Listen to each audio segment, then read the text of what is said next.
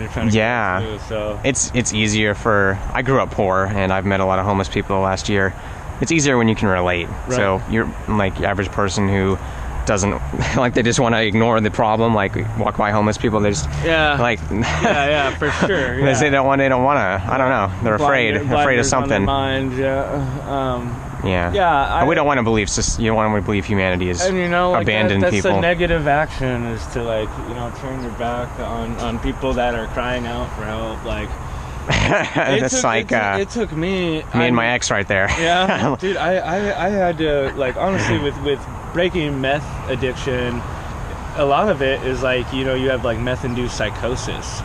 So I experienced a lot of like mental breakdown sessions, where I was like hearing voices when I was getting high, thinking like paranoia, people were following me when they weren't, and I had to be institutionalized there at a behavioral. I went to Aurora Behavioral Mental Health Center here. Oh, I think my brother might have been there. And amazing. Like I said, I almost lost my daughter. When were you there? It's 2 years ago, something like that. But yeah, through coming off that addiction, they helped me. That I was like, well, why do I keep medicating myself? Was the question. Like, why am I? And what I was doing, I was medicating street drugs. Stuff. Meth is like it's like chemicals. It's not even. And you know what? There's other ones that are plant made so many different types of you addiction. do better on. I went through so many types. Like I did heroin addiction straight to meth addiction. So I'd gone through heroin withdrawal. I went to a methadone clinic. I kicked it, and then all of a sudden I'm on the whole opposite end of like downers to uppers. And either way, I had to realize that I was an addict. I wasn't addicted to any particular feeling. I was addicted to not feeling. I was addicted to numbing. And so it didn't matter what I was using. I was using it inappropriately to mask emotions or feelings that I bottled up or didn't approach or address, and didn't sit down and think and meditate about. So getting that help to realize like left brain and right brain thinking too. You have real artistic side and emotional side, and then you have a logical side, a rational side, a mathematical side of like, this is the equation, this is the answer, this is this. The factual, and when you start merging those and not having a good balance, that's when you develop behavioral issues. And I had to realize how my brain was working before I knew what to change. You know what I'm saying? Self-discovery. But yeah, so a lot of that. And meditation over medication, I thought of that line, but what else? People call it prayer. It could be called many things. It's being grateful. It's coming in tune with your surroundings, your higher powers. You'll get anything you ask for as long as you ask for it. Like the law of attraction. If you think you're gonna get pulled over, you're probably gonna get pulled over. Yeah. If you're worried about it and shit, it's probably gonna happen. It's here's the two sayings. What you become what you fear, and the other one was what you resist persists. Right? Yeah, exactly. Yeah, no, very, very, very true. Let's maybe we could do something. Psychologically sidetracked. My bad. Maybe we could do something next week. Yeah, we get this started. Schedule open. I'm trying to make a little bit of money. Like I said, I'm just pulling this RV out. Who knows? If I make. You just pay me what you can pay me. Okay, man. I like it, and I'm acquiring some other things. I might have like compressors. Pay me in 75% love, like 25% whatever you have. I'll learn how to. Or whatever you come across, text me. Do you need something like this? Do you need this? I'll make some really nice concentrate love. Yeah. Some love concentrate. Give me some whatever legal drugs in California. I don't know if DMT's legal, but I wish. Oh yeah, I wish it was. Dimethyltryptamine, right? I believe. Off camera, it's legal. It's the pineal gland in the brain, man. It's responsible for creativity, and it explodes. That gland explodes, crystallizes, and explodes when you die, releasing the most potent amount of DMT, or I'd say higher dosage of DMT you'll ever experience, like beyond just smoking it. It's released, and it's called the spirit molecule. It's supposedly like when you die, that explodes and allows your consciousness and your spirit to leave your body into the next world. But that's a whole nother You know what story. that makes me think of? The Dragon Ball Z, where the Super Saiyans, where you almost die and then you would come back stronger. Yeah. And like, I don't know. Yeah, no, it's definitely... I was gonna say something incriminating on myself. It's the next world, bro. I've experienced... Okay, I've done a substance where I felt like I was dying, and then I wake and I make all these realizations in my life and how to develop myself personally, and it's just like... Yep. Culinary mushrooms. Yeah. And yeah, it's like you're closer to death. You destroy some of the ego. Yeah. And you become more connected with positivity, love, and what your destiny is supposed to be. I would say. I had, and I don't tell many people this, and this is probably maybe going to go on one of your online sessions. You have my consent as well. All right, but, thank you. I had an experience. The first time I have ever messed around with crystal lysergic acid, like LSD. Never taken it before in my life. I've taken it multiple times after that and never had the same experience, and nor was it... yeah, I feel like I don't need to do any more shrooms. I already had what I needed. It wasn't a hallucinated experience. What I had, what I experienced was astral projection. Oh, yeah. And it's where my spirit left my body and went to another place, and I had a spirit guide come to me. And another person, like beyond my knowledge, and it spoke in tongues. No words, no language. You don't have language. It's just something created. Like, tongues is a hum, a vibration. And through that vibration, it was telekinetic. I could understand exactly what this spirit guide knew just through the mind and through that hum. Telepathic. Yeah, and I was just like, oh, I was Phil, it was like really euphoric. Yeah. You know, at the same time, I was like, I'm just filled with love right now. Yeah. And he's like, are you ready to experience the answers you've been looking for? And I was like, you know, I'm 16. I'm like, I don't know. And yeah. At that point, it was nighttime here when I had done it, and boom, like my spirit's flying a million miles an hour, bro. And I'm flying across the Great Plains. I'm flying over fucking New York, over the Atlantic Ocean, and boink, stop, and I'm like, look around. I remember looking up and seeing it was daytime, and the clouds were going over, and I was like, what? And I looked down, and it was the pyramids of Giza, Great Pyramids. And he's like, are you ready to take off now? I was like, I thought we already took off, dude. What do you mean? Wow. Are you about to take off? He's like, yeah, we're going out of this galaxy. And so he's like, I was like, why are we at the fucking pyramids? Excuse my language. But I was like, why are we at the pyramids? And he's like, this is a point where it concentrates energy. It's a portal to allow your spirit to be directed to where we're going. And I was like, I don't understand this. Okay. And my spirit guide's holding these items in his hands. Like, what are you going to the 4D, the fourth dimension, or what? I don't know. But my spirit guide, after my experience, I did some research, and I found my spirit guide was Shiva, the god of many, you know. But Shiva came to me and was my spirit guide, and I didn't know what Shiva was then.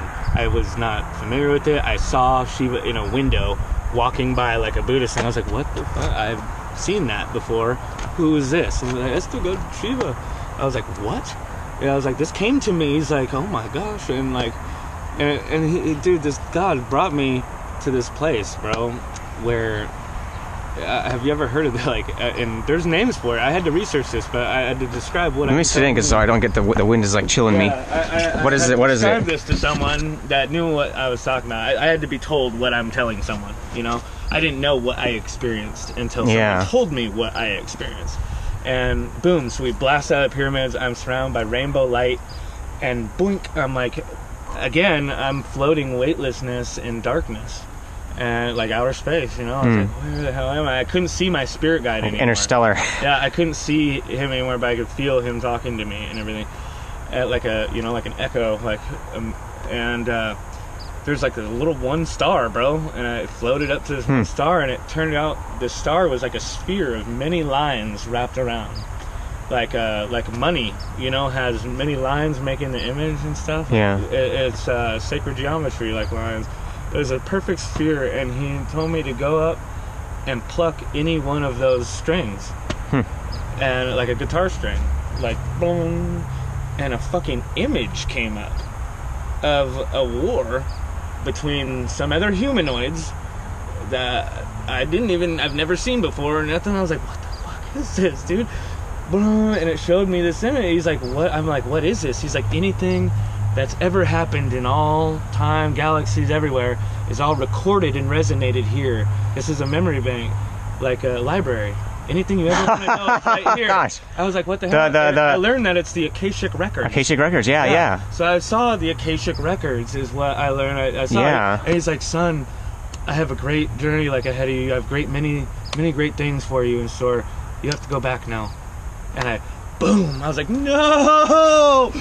Boom, went back to my body, and I couldn't even draw the beauty of everything. I was like, what? And I talked, and I started studying. Like, that's why I said this experience happened. I didn't know any of this. I had to spend years researching what the hell happened to me. Wow. And this is all like a dream, dude. Like 15 minutes went by on a clock I saw. And I came back and looked at a clock. I was like, oh my God. Yeah. It was days. And they're like, no, it was not days. It was minutes, bro. Minutes. Well, that's when you love time. Like, Literally, I was like, what the fuck? And still to this day, I've never had an experience like that. I've done shit tons of drugs, bro. And nothing was like that. That was truly, like, true meditation. That was true boom. And yes, I used LSD to induce that. You're somehow more free thinking back then. Yeah, but like no, there's like I'm sorry, dude. That can be achieved sober and needs to be achieved sober. Yeah. Because like the true monks and Buddhists that can achieve that. Yeah. I want to know how to do that. I mean, it's an inspiration, but like I cheated, I guess. In meditation, to get a snippet. A Buddhist would have been very mad at me. He'd been like, Shem. It's hard. Saw great things and cheated there to get there. It's hard. My ex has been meditating for 9 years, and she hasn't said anything that experience anything like that. No, dude, that was meant for me. You know, that was very personalized, and like I said, I grew up a Mormon. I grew up looking at a white Jesus and flip-flops. Yeah. As my savior, you know, and then to have Shiva, like I was like, what the, you know, like there's something greater out there, and you know, I'm not saying Jesus is wrong. Jesus has saved hundreds of thousands of lives. His name alone has saved millions. I'd say, like, but he's the 3D physical creation of what? He's a watered down Christ-like consciousness figure. Yeah. So it's. I mean, but anyway, bro, I'm sorry to blow your mind. Maybe holy shit. The world's more ready to hear the story now than years ago when it happened. I wish I would have been dressed a little better. Don't mind that. Maybe not covered in rust and oil. But no, I'll be the one to wear a business suit talking to people, sharing these stories. That's real life, that's... Oh, I'm lightheaded now. Yeah? I'm kind of fasting today, but... Oh, right on.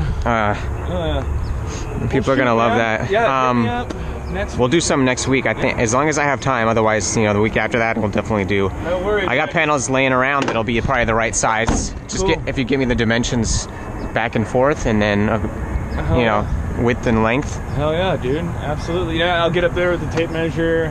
And go from there. I'll just measure the whole top.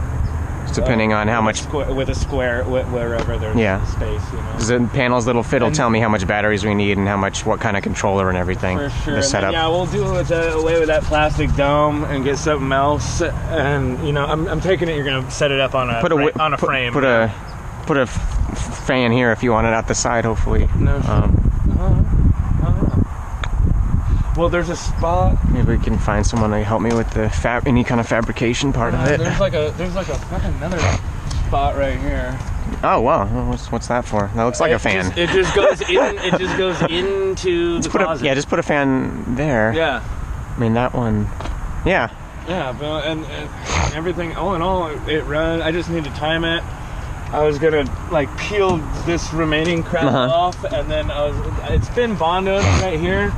I was just gonna take some flashing and then rivet, you know, like kind of like this, but just take a metal sheet and rivet a whole new like flashing down the side to just not have it look like a rust bucket.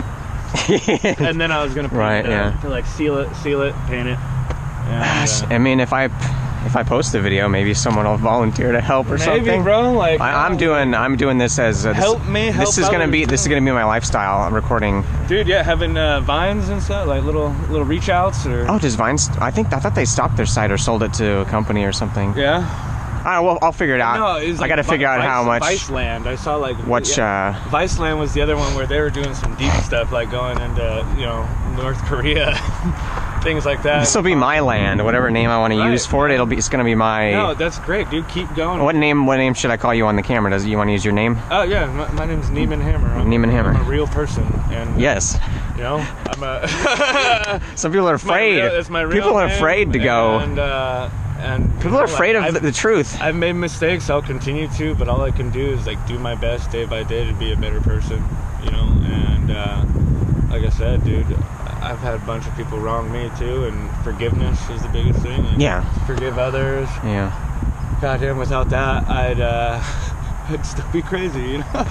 Still kind of am, but you can't hold a grudge. It's like it hurts yourself. Yeah. If you stay mad, it hurts yourself. Yeah. That, and you waste so much time being angry. Look at nice clouds. Yeah, I gotta get. I gotta go. You gotta go. I gotta get that RV. I'll take the battery. Yeah. Sorry, dude. You got okay. Cool.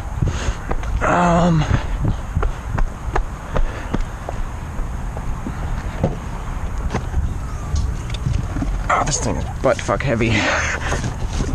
Excuse my English. No, that's alright. I don't know. Let me see if this will still fit. That thing's huge, bro. Okay, that'll still fit. That's for like a business, yeah? It's for like, I think 8,000 watts. Commercial? I'm finally selling it. I bought it at auction. Wow. So that's where I'm going next, to Petaluma. Yeah? Right on. Thank you so much, bro. Like, I really appreciate it, man. This will be cool. Yeah, dude. Hell yeah. Keep me posted, brother. All right.